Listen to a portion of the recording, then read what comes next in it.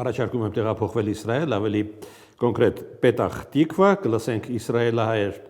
թերթի գլխավոր խմբագիր վերլուծաբան Արտյոմ Չեռնամորյանին։ Բարև ձեզ Արտյոմ։ Բարև ձեզ։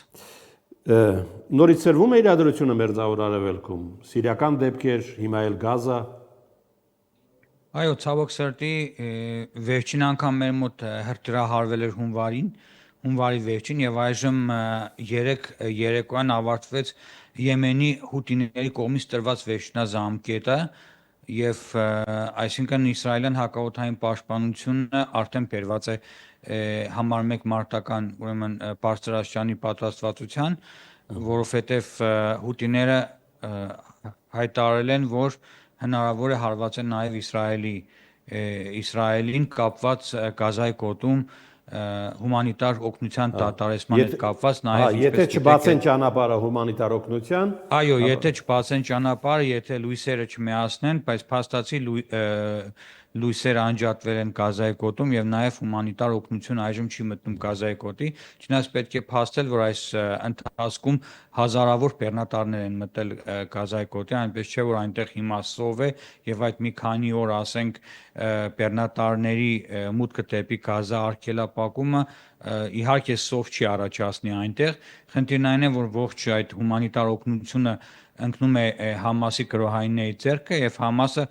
իր վերավաճառողների միջոցով շատ ավելի թանկ գներով, քան նույնիսկ Իսրայելում է վերավաճառում է ծրի ստացված հումանիտար օգնությունը Գազայի գոտու բնակիչների վրա եւ ինչպես գիտեք ոչ բոլոր հնարավորություն ունենք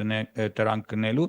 եւ այսպիսով պայման է դրվում նրանց արչեւ կամ դառնում եք Համասի գրոհայիններ, զինվորագրվում եք Համասին կամ ուղղակի սովից մահանում եք, սա է այս իրավիճակն է այժմ Գազայի գոտում եւ մենք էլ սպասում ենք նոր սրացումներ, ինչպես գիտեք, արդեն մոտ 1 շաբաթից ավել մոտենում է երկրորդ շաբաթը, որ իսրայելյան տանկերը նորից մտել են Գազայի գոտի, նորից շատ լուրջ ճնշում է գործադրվում Համասի վրա, որպեսզի ազատագրվեն այն պատանդները, որոնք արդեն չգիտեմ, որոնց որ մասն է նույնիսկ կենթանի միայն Աստծուն է հայտնի եւ Համասի գրոհայիններին, տեսել եք այդ ծանր կադրերը, այնպիսի տպավորություն է, որ մարդիկ, ասենք, երկրորդ համաշխարհային պատերազմի Աուսվենցիմի, ասենք, համակենտրոնացման ճամբարների նման են դուրս գալիս։ Միաժամանակ Արտեմ, Դոհայում այսօր բանակցություններ են ընթանում, չէ՞, Համասի եւ Իսրայելի միջեւ։ Այո, այս պահին վերջին նորությունները, որ մենք ունենք, խոսք է գնում նրա մասին, որ Համասը գուցե համաձայնվի երկարացնել առաջին փուլը, այսինքն չհասնեն երկրորդ փուլին, որն է տարբերությունը, ինչի համար են Իսրայելն ու Համասը այսպես մեկը մյուսի դեմ պայքարում այս փուլերի համար։ Բանն այն է, որ երկրորդ փուլում Ֆիլադելֆիական միջանցքից Իսրայելը պետք է դուրս բերեր իր զորքերը, որը Իսրայելը չի ուզում անել։ Խնդիրը հենց այս Ֆիլադելֆիան միջանցքին է վերաբերում, որովհետև ինչպես գիտեք, այս Ֆիլադելֆիան միջանցքը Գազայի եւ Եգիպտոսի սահմանն է, որով Իսրայելը այս պայն վերահսկում է եւ թույլ չի տալիս, որպեսզի մաքսանեն ճանապարհով Համասը նորից վերազինվի, նորից հրթիռներ ստանա եւ նորից, ասենք, վերականգնի իր հզորությունները։ Այս հիմա սիրիական դեպքերի մասին Թուրքիան մեղադրում է Իսրայելին սպանությունների որպես հովանավոր։ Ով է իրականում այդ դեպքերի հետևում կանգնած, ինչ ես կարծում։ Կարծիքով սրա հետևում կանգնած են իհարկե թուրքական ուժերը, որովհետև Այսինքն Թուրքիան փոխում է սցենարը Սիրիայում իր։ Իսրայելը այս պահին, որքանով որ մենք հիմա Իսրայելում հասկանում ենք եւ օրական մի քանի անգամ լսում եմ տարբեր իսրայելյան վերլուծաբանների վերլուծությունները, հիմնական թեզիսը այն է, որ Իսրայելը կարող է միայն պաշտպանել դրուզներին, որոնք սահմանակից են Իսրայելին, եւ քրդերի մասին ուղղակի խոսակցություններ են գնում, որ Իսրայելը գուցե նաև փակի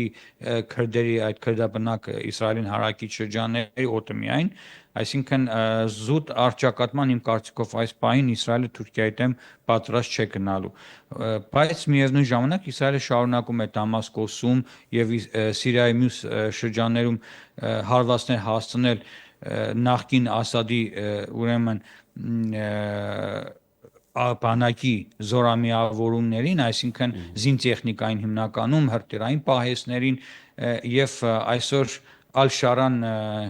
այս ժամանակավոր պաշտոնակատարը, որը գիտենք, որ ահաբեկիչ է, այս ահաբեկիչ նախագահը Սիրիայի նոր թուրքամետ այսօր հայտարարել է, որ նրանք այսպես համբերությամբ զինված որևէ գործողություններ չեն իրականացնում։ Քրդերի հետ համաձայնության են եկել։ Չեմ կարծում, որ համաձայնության են եկել, որտեղ Իսրայելը նման մարդկանց հետ համաձայնությունների չի գալիս։ Չէ, քուրդերն ու Սիրիայի ժամանակավոր կառավարությունը։ Դե Սիրիայի ժամանակավոր կառավարությունը Իսրայելում անդադ հայտարարում են, որ սա ժամանակավոր կառավարություն չէ, այլ ուղղակի ահաբեկիչների խումբ է։ Դե իսկ ինչ վերաբերում է Համասի հետ բանակցություններին, Իսրայելում բավականին այսպես ջղացկորեն վերաբերվեցին Ամերիկայի կառավարության, այսինքն Դոնալդ Տրամպի հայտարարությանը, որ ամերիկացիներն հիմա առանձին բանակցություններ են վարում Համասի հետ, որպեսզի Ամերիկայի քաղաքացի պատանդներին, այսինքն նաև Ամերիկայի քաղաքացիություն ունեցող պատանդներին ազատեն, որ Իսրայելում շատ ծանր ընդունվեց, որովհետև խոսքը տասնյակ մարդկանց մասին է եւ չպետք է ասենք առանձնացնել ով է Ամերիկայի քաղաքացի եւ ով Ամերիկայի քաղաքացի չէ եւ չնայած սրան Իսրայելը որևէ քննադատական խոսքով հանձինս Նեթանյահուի հանդես չեկավ Ամերիկայի դեմ։ Արտեմ, ամեն դեպքում Վաշինգտոնը մեծացնում է օգնությունը Իսրայելին։ Այո, սա փաստ է եւ այն զինատեսակները, այն ծանր ռումբերը, այն ուրեմն հակաբունկերային ծանր ռումբերը, որոնք որ Բայդենի վարչակազմը արգելել էր տրամադրել Իսրայելին, հենց Տրամպը եկավ իշխանության անմիջապես բոլոր սահմանափակումները զենքի Իսրայելի նկատմամբ ուրեմն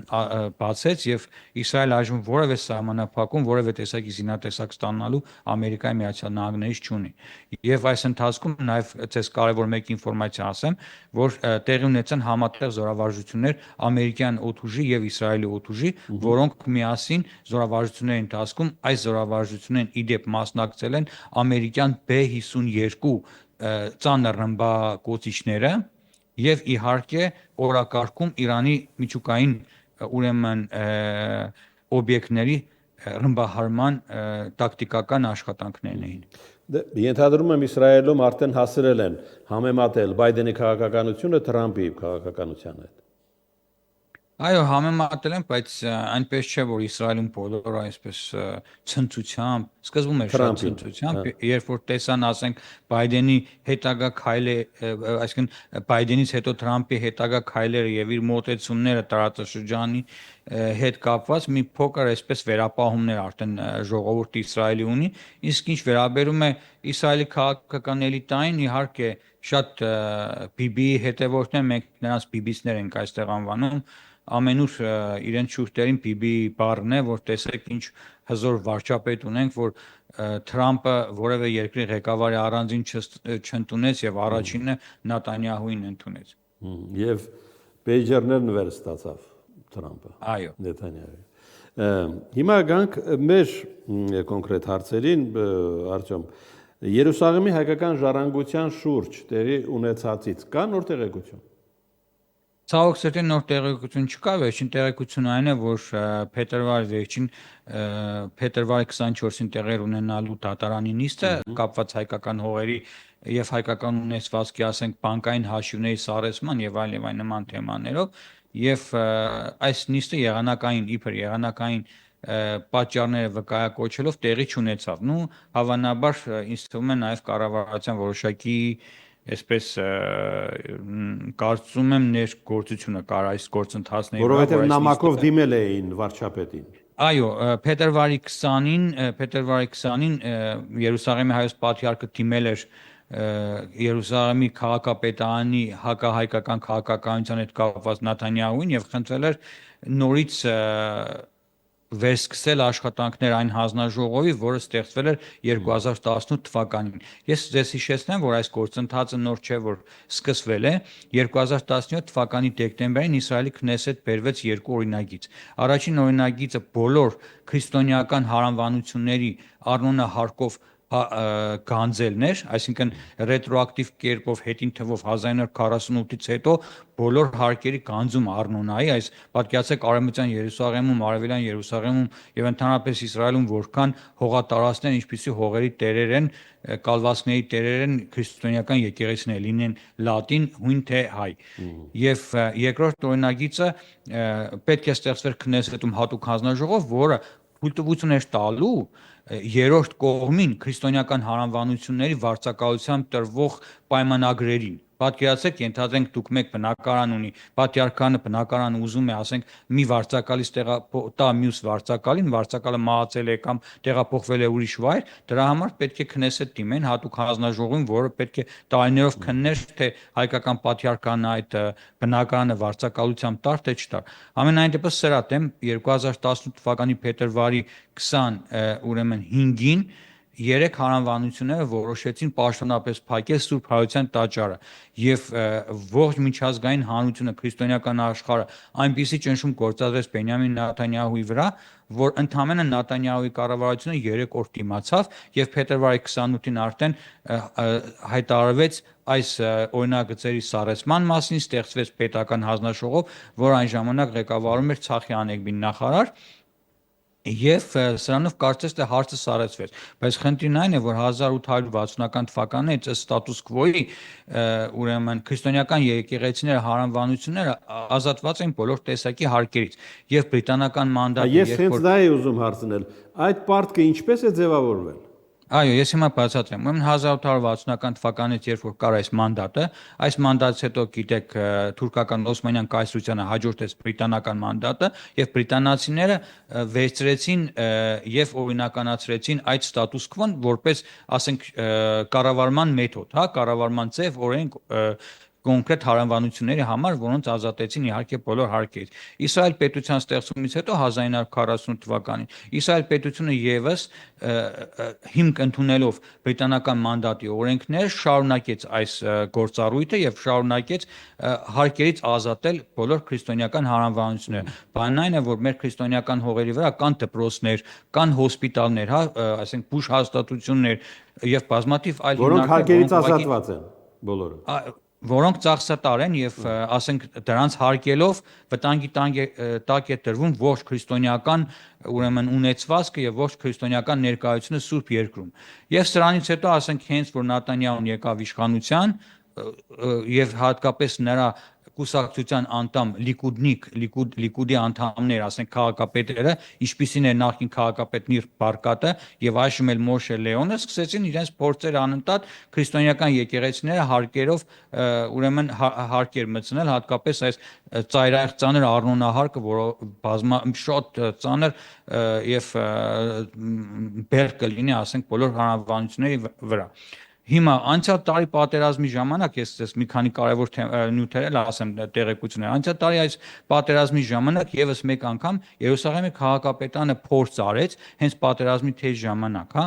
Նույնիսկ փորձ արեց քրիստոնեական եկեղեցիները հարկատու դարձնել։ Այս անգամ կրկին 3 պատրիարքները նույնիսկ հայտարարությամբ հանդես եկան, նրանց միացան բոլոր մյուս քրիստոնեական եկեղեցիները, ղպտիները, ասորիները, այսինքն բոլոր քրիստոնյաները միացան։ Այդ ժամանակ հարցը նույնիսկ սառեցվեց։ Հիմա սրանք որտեղ գրեցին առանձին հարձակումներ կազմակերպելու քաղաքականությունը, ասել կուզի, որ քանի որ հայկական համայնքը այժմ դատական գործընթացների մեջ է, կովերի պարտեզի հայտնի խնդիրը կա, որն արդեն 4 տարուց ավել է գիտեք, որ այս խնդիրը գոյություն ունի, եւ հիմա թիրախավորվել է ամենաթույլ օղակը Երուսաղեմի հայոց պատրիարքարանը եւ եթե չեմ սխալվում խոսքը տասնյակ միլիոնավոր շեկելների մասին է եւ այժմ այս ուրեմն Նեթանյահուի դեմ վարչապետի դեմ ամսու 20-ին փետրվարի նամակ էր ուղարկել մեր պատրիարքը, սրան հաջորդեց ամսու 20-ին ուրեմն անմիջապես ուրեմն հանդես եկան ներողություն ամսու 19-ին նույնիսկ ամսու 19-ին բոլոր քրիստոնեական հարանվանությունները հանդես եկան շատ խիստ քննադատական նամակով բոլորը ստորագրեցին եւ հույն պատրիարք եւ լատին եւ հայկականը ընդդեմ Իսրայելի կառավարության պահանջելով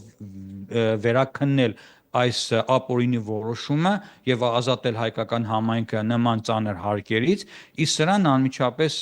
նաեւ հաջորդեց մենք այս անգամ բարեբախտաբար տեսանք նաև Հայաստանի կառավարության աշխատանքը նաև փետրվարի 21-ին Երուսաղեմում մեր դեսպանի նաև մասնակցությամբ տեղի ունեցավ հանդիպում Երուսաղեմի հայոց պատրիարքի եւ Երուսաղեմում գտնվող հավատարմագրված բոլոր օտարերկրյա քրիստոնյա մեծամասամբ հյուպատոսների հետ հանդիպում Շատ լավ, հիմա որտեղ է կանգ պատրիարքարանում։ Այդ process-ը որտեղ է կանգ առել եւ ինչ է ձեռնարկվում։ Մեր կողմից ինչ է ձեռնարկվում։ Այո, նախ մենք մեր կողմից ասենք համայնքի ինչ կարող է անել։ Մենք միայն կարող ենք որպես հայկական համայնքի ներկայացուցիչներ լինել Երուսաղեմի պատրիարքանի կողքին եւ կոչ անել ողջ համայն հայությանը, որպեսզի միասնական լինեն եւ տեր կանգնեն մեր ունեցվածքին եւ մեր հազարամյա ժառանգությանը։ Իսրայելում ինչ վերաբերում է Երուսաղեմի պատրիարքանին, որևէ հայտարարության այս պահին պատրիարքանը այն հայտարարությանը, որը մենք տեղյակ ենք, չի եկել որևէ հայտարարությամբ հանդես չի եկել, բայց որքանով որ ես հասկանում եմ, նախքան խնդիրը միջազգայնացնելը պատրիարքանը փորձեր կանի տեղի ուրեմն քրիստոնեական հարանվանությունների միջոցով հարցը լոկալ կերպով լուծել։ Մենք ունենք բավականին լուրջ այստեղ լծակներ, եթե բոլոր քրիստոնեական եկեղեցիները որոշեն, հիմա մի փոքր աշխուժանում է զբոսաշրջությունը, այդ 1.5 ամսվա ընթացքում արդեն բավական ավիա փոխադրողներ վերսկսել են իրենց ուղիղ չվերթները դեպի Իսրայել, մարդիկ սկսել են կամաց վերադառնալ Իսրայել, խոսքը քրիստոնյաների խմբերի զբոսաշրջիկների մասին է, եւ երբ որ քրիստոնյա մեր հարանվանությունները որոշեն նորից բոլոր քրիստոնեական եկեղեցիները փակել քրիստոնյաների դեմ, առջևում զատիկն է ապրիլին, գիտեք, սա իրոք մեծ միջազգային սկանդալի նորից առիթ կհանդիսանա, հույսով եմ, որ բանը դրան չի հասնի եւ այս գործընթացները կսարսնեն, բայց ես մի հատ վտանգավոր տենդենս եմ այստեղ տեսնում, որ անընդհատ Նեթանյահուի կառավարությունը ժամանակ առ ժամանակ վերադառնում է այս հիմնախնդրի քննարկումներն, անընդհատ մեկ սարսնում են եւ հարկը եղած պահին նույնիսկ այդ հարցը ասենք նորից վերակենդանացնում են այս տարատեսակ ուրեմն հիմնախնդիրները, որը իհարկե շատ վատ է անդրադառնում բոլոր քրիստոնեական հարանվանությունների վրա։ Լավ, այստեղ կանգ առնենք, բայց պայմանավորվենք, հետևում ենք հետագա զարգացումներին, որովհետև այստեղ շատ էական հարց է դրված, թե ինչպես պետք է գործել, եթե հանկարծ կառավարությունը նորից որոշի վերադառնալ հայկական ժառանգությանը։ Այո, ես նաև ասեմ, որ Երուսաղեմում, ինչպես ասենք միջազգային բոլոր հարթակներում, տեսեք Հայաստանի Հանրապետությունը մինչև այսօր որևէ ուրեմն հայտարարությամբ հանդես չի եկել որպես պետություն, հա, հայտարարություն ԱԳՆ-ն, ասենք թեկուս հայերին աջակցություն հայտնելու կամ հայկական համայնքին աջակցություն հայտնելու կամ Երուսաղեմի հայկական համայնքին աջակցություն հայտնելու հետ կապված սրա փոխարեն Ֆրանսիայի դեսպանատունն է ցանկացած պահին, երբ որ հայերի վրա հարձակումներ են տեղի ունենում, ասենք հայերի հետ կապված խնդիրներ են առաջանում, ուրեմն Երուսաղեմում Ֆրանսիայի հյուպատոսը անմիջապես արձագանքում է, անմիջապես ասում է, որ պետք է Իսրայելի կառավարությունը հեռու մնա հայ քրիստոնյաների նկատմամբ ուրեմն ոտնձգություններից։ Տեսեք, սա իրոք, ասենք, մի փոքր այսպես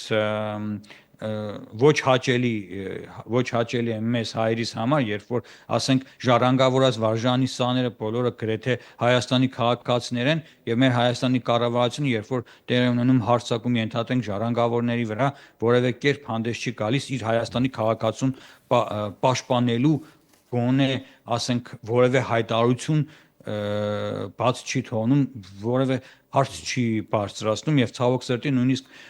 մենք գիտենք, որ Իսրայելը ունի դեսպան նստավայրը Երուսաղեմ, սա ուրեմն Յոել Լեոնն է, դեսպանը, հա, Իսրայելի, որ վերջին մեր ունեցած տեղեկությունների համաձայն, որտեղ ես նրա հետ այս պատերազմից հետո դեռ չեմ հանդիպել, դեսպանի հետ Իսրայելի Հայաստանում նստավայրը Երուսաղեմ։ Կարող են մինիմում այս դեսպաններին կանչեն գոնե արտգործնախարարություն Հայաստան, բողոքի նոտատան կամ իրենց մտահոգությունները գոնե դիվանագիտական ճանապարհով փոխանցեն Իսրայելի կառավարությանը։ Բայց ես կուզենայի կներեք ձեր ժամանակը չարաշահելով մեկ կարևոր ուրեմն տեղեկություն նաև ասել ձեզ կներեք, ամենակարևորը իմ կարծիքով հիմա հայ-հրեական հարաբերությունների զարգացումն է, որովհետև փետրվարի 19-ին տեղի ունեցել հանդիպում Հիկմետ Հաջիևի եւ Բենյամին Նեթանյահուի միջև, ուրեմն Թել Ավիվում Ադրբեջանի տեսփանատանը եւ այս ժամանակ շատ հստակ մեսիջներ են ուղարկվել Նաթանյահուին եւ Ադրբեջանը խնդրել է, մեզ արդեն հայտնի է դարձել սրա մասին, խնդրել է, որպեսզի Իսրայելը միջնորդի Թրամփի կառավարության եւ Թրամփին Ադրբեջանին ավելի բարվոք աչքերով նայելու հետ կապված եւ ադրբեջանական լոբին հրեական լոբի հետ միասին Ամերիկան բավական լուրջ աշխատանքներ է տանում՝ ի տարբերություն մեր լոբի եւ մեր կառավարության։ Լավ, շնորհակալություն Արտյոմ, որ միացար այսօր մեզ։ Ես էլ եմ շնորհակալ։ Պետախ Տիկվա, Արտյոմ Չեռնամորյան, Իսրայելահայեր թերթի գլխավոր խմբագիր։